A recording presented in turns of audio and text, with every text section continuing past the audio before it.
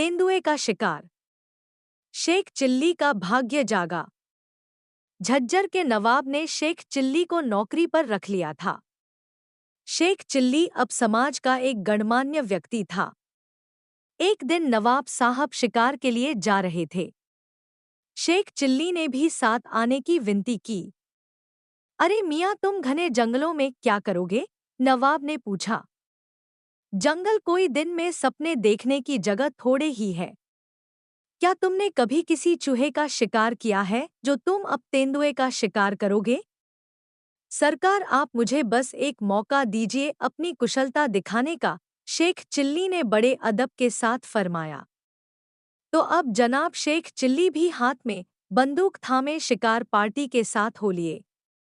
उसने अपने आप को एक मचान के ऊपर पाया। थोड़ी ही दूर पर एक बड़ा पेड़ था जिससे तेंदुए का भोजन, एक बकरी बंधी थी। चांदनी रात थी। इस माहौल में जब भी तेंदुआ बकरी के ऊपर कूदेगा तो वो साफ दिखाई देगा।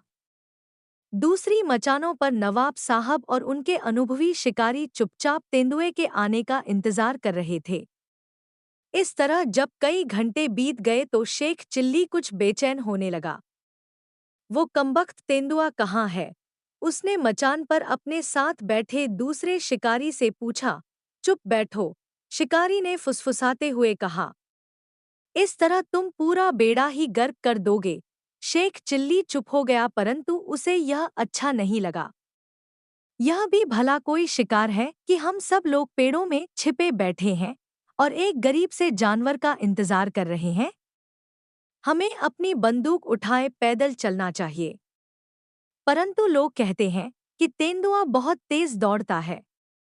वो जंगल में उसी तरह दौड़ता है जैसे मेरी पतंग आसमान में दौड़ती है। खैर छोड़ो भी, हम उसके पीछे पीछे दौड़ेंगे। हम आखिर तक उसका पीछा करेंगे। धीरे धीरे करके बाकी शिकारी पीछे रह जाएंगे। मैं सबको पीछे छोड़कर आगे जाऊंगा।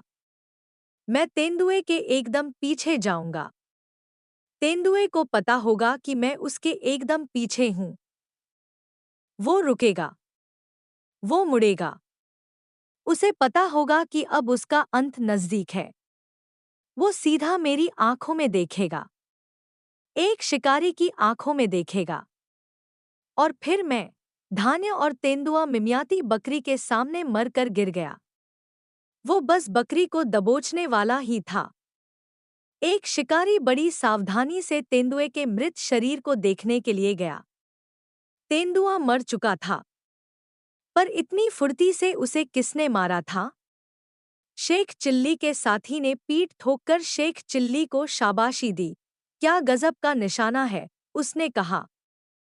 तुमने तो हम सबको मात कर दिया और आश्चर्य में डाल दिया। शाबाश मियाँ, शाबाश, नवाब साहब ने शेख चिल्ली को बधाई देते हुए कहा।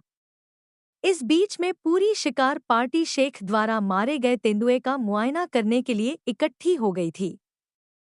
मुझे लगा कि कोई भी शिकारी मुझे चुनौती नहीं दे पाएगा, परंतु शेख चिल्ली ने हम सबको सबक सिखा दिया। वाह, क्या उम्दा निशाना था! शेख चिल्ली ने बड़े अदब से अपना सिर झुकाया। वो तेंदुआ कब आया और कैसे उसकी बंदूक चली इसका शेख चिल्ली को कोई भी अंदाज नहीं था, परंतु तेंदुआ मर चुका था और अब शेख चिल्ली एक अव्वल दर्जे का शिकारी बन चुका था।